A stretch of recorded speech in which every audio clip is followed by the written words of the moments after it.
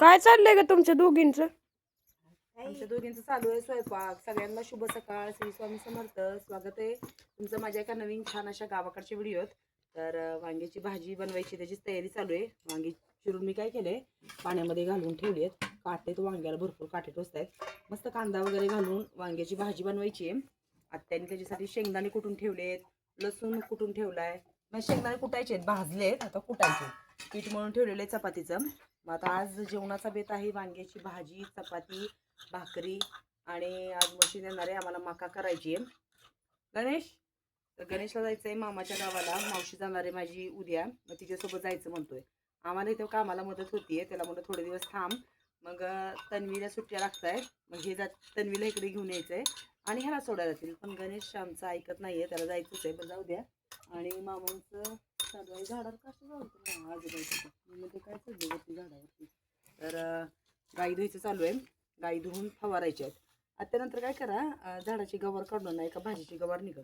गावरान गवार आहे मस्त, एका भाजीची निघल. तर मी वांगी चिरून घेते आणि वांग्याच्या भाजीला फोडणी मारते. तर तिकडं गाई धुवायचं चालू आहे. दाखव गणेश, झाड बघायचं. बघा इकडं गाई धुवायला चालू आहे. त्या 2 धुतले, ते राहिले ते 3 धुवायच्या. ही 2 धुले त्या. इकडे कुत्री पण बसली सावलीला झाडाखाली.